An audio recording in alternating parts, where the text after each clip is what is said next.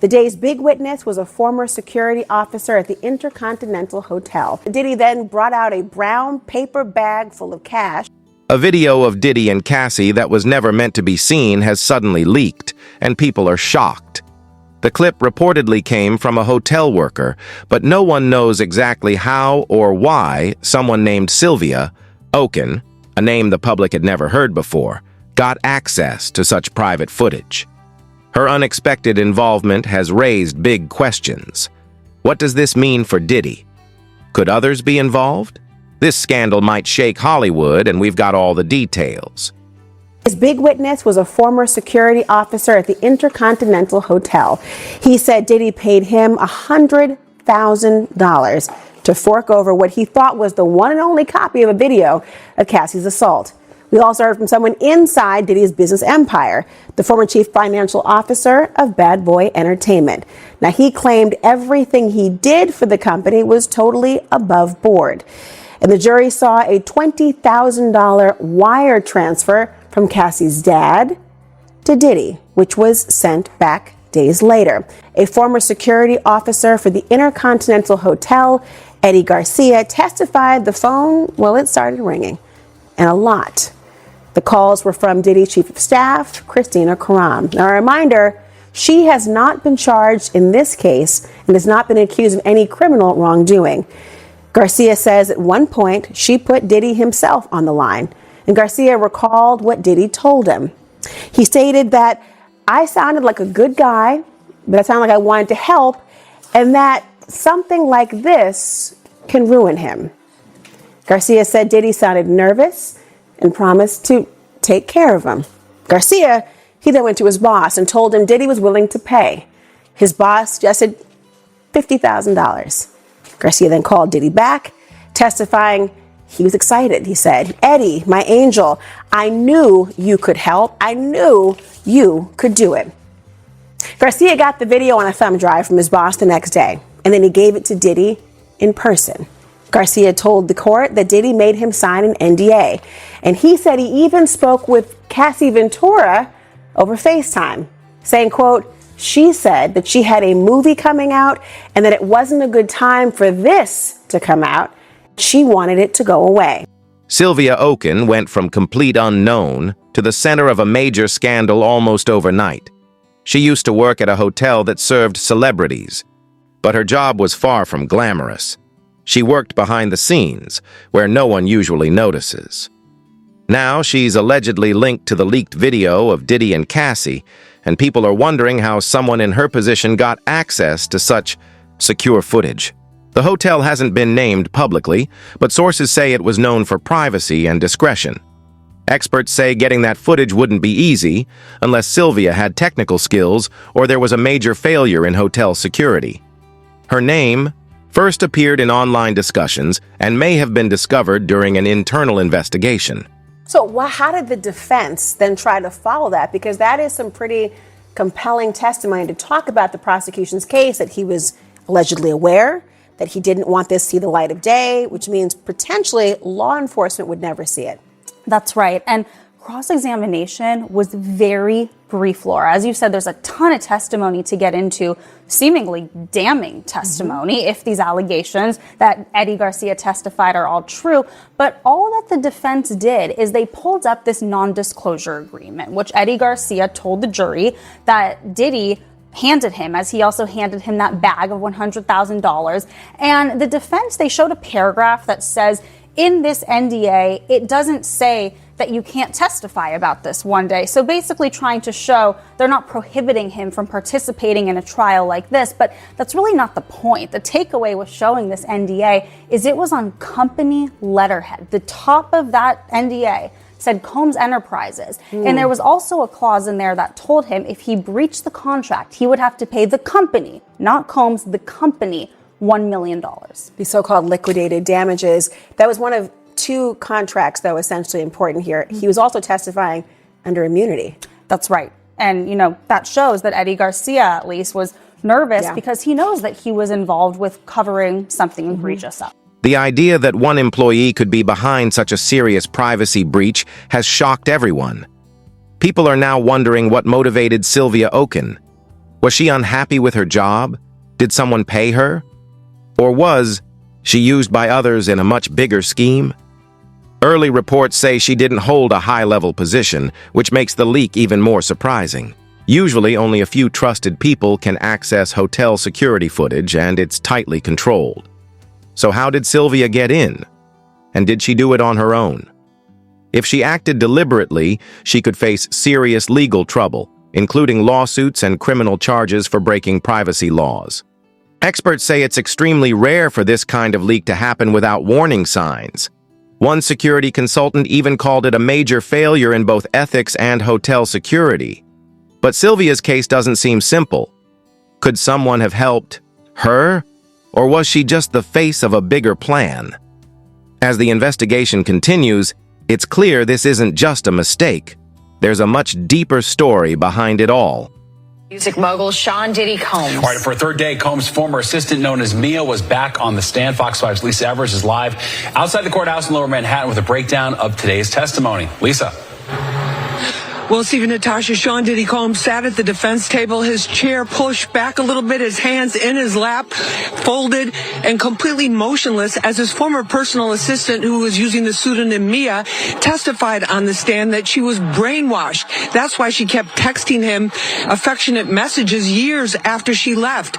And that even though she testified earlier that he repeatedly sexually assaulted and abused her for years. Now, late this afternoon, Diddy Combs' mother, Janice Combs, came out of court walking with one of her grandsons to the black Sprinter that takes the family to and from court. All morning and for most of the afternoon, one of Diddy's former personal assistants under the name Mia was under tough cross-examination from his lawyers about her claims that he sexually assaulted and physically and emotionally abused her for years. There were strong objections from the prosecutors, some of which were upheld, and the tensions grew. The aggressive line of questioning, which highlighted seemingly contradictory statements about her experience working for the disgraced hip-hop mogul. Mia said she made a happy birthday video for Combs, telling him that he was one of the biggest inspirations in her life, and said, "I love you." This afternoon, she said she did it because it was part of her job, and she feared what would happen if she did not do it. Now, most of the day, she kept her head down, her long blonde bangs hiding most of her face as she spoke. She said she was speaking out not for money, but so she could look her niece and her goddaughters in the eye. Now, from the very beginning, Sean Combs' defense team has said that, admittedly, he's abused women, incidents of domestic violence, as well as having a hot temper that at times grew violent, and that he had a substance abuse problem, but that he was not a sex trafficker. So he's maintained his innocence throughout this, saying he's not guilty. People are now asking a serious question. What kind of hotel allows private security footage involving celebrities to leak? While the hotel Sylvia Okun worked at hasn't been named publicly, insiders say it was part of a luxury chain known for serving wealthy guests and promising full privacy. But that promise clearly failed. These hotels usually have strict surveillance systems, with footage stored securely and only a few trusted staff allowed access. Sylvia wasn't in a high-ranking role, so how did she manage to get the footage? Experts think someone may have given her access by mistake, or the system itself may have had serious weaknesses. Some even believe she didn't act alone. What's more shocking is that the leaked video isn't recent. It's believed to be several years old, making its sudden release even more confusing. Why now? And what else could be sitting in storage? To make things worse, rumors say the footage wasn't just from hallways or public areas, but possibly from private, hard-to-reach places, raising concerns about hidden cameras or wider surveillance in spaces guests thought were safe. All this has made people, especially celebrities, question how secure these five-star hotels really are. Even if Sylvia played a key role, it's unlikely she pulled this off without help. One thing is clear: this incident has shaken people's trust. If something like this can happen in a place known for privacy, then how safe is anyone really? Garcia claimed that Diddy then brought out a brown paper bag full of cash and counted out $100 grand with a money counter. Garcia said that he split that money with his boss and another security officer. And the next witness was former Bad Boy Entertainment CFO Derek Ferguson. Now, he testified that Diddy's personal and business finances would sometimes overlap, but he said he never saw anyone help Diddy commit crimes. The prosecution also showed a statement from Diddy's bank account for his New Jersey home. It shows the account transferring $20,000 to Cassie on December 14, 2011. On December 23rd, Cassie's dad wired $20,000 into the account. 4 days later, it was sent back. Now that lines up with the testimony from Cassie Ventura's mother on the stand. Recall that she said that she sent Diddy $20,000 after Cassie told her Diddy was threatening to leak sex tapes. We had no idea how instrumental and individualized attention was given by Diddy. This was brand new information. So as you said, we have heard that $100,000 figure before that came from the government's indictment, but they had no other details in the indictment other than he paid $100,000 to try to bribe someone to get this away. What we heard today shows the alleged great lengths and efforts that Diddy himself, as a world-renowned celebrity, took to make sure that this was buried. You heard Eddie Garcia say on the stand, Diddy himself told him, this can ruin me, this can ruin my career. That gives us a clear state of mind that Diddy was in. He knew that his behavior on that was egregious. He knew it could ruin him. As you said, he called him Eddie my angel. Strange name to call someone that you've never met. Also strange for a celebrity to get on the phone with you himself. They usually have people do that for them, and he did. As you said, Christina Karam was on the phone, but she constantly brought Diddy on there. Just really an incredible picture of what Eddie Garcia testified happened, that he is brought by Diddy up to this hotel room, given a brown bag full of $100,000 cash. A man who makes $10.50 an hour at the time. Exactly. And then that Diddy comes out with a money counting machine, which Eddie Garcia testified, he told the jury, it seems like he's done this before.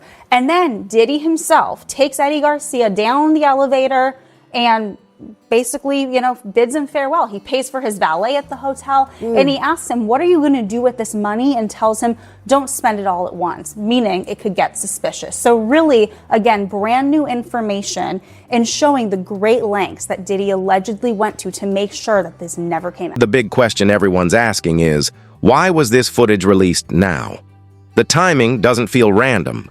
For years, Diddy and Cassie's relationship has been the subject of rumors, public appearances, and tabloid gossip. Cassie has since moved on and is living a quieter life with her family, while Diddy remains a powerful but often controversial figure in entertainment.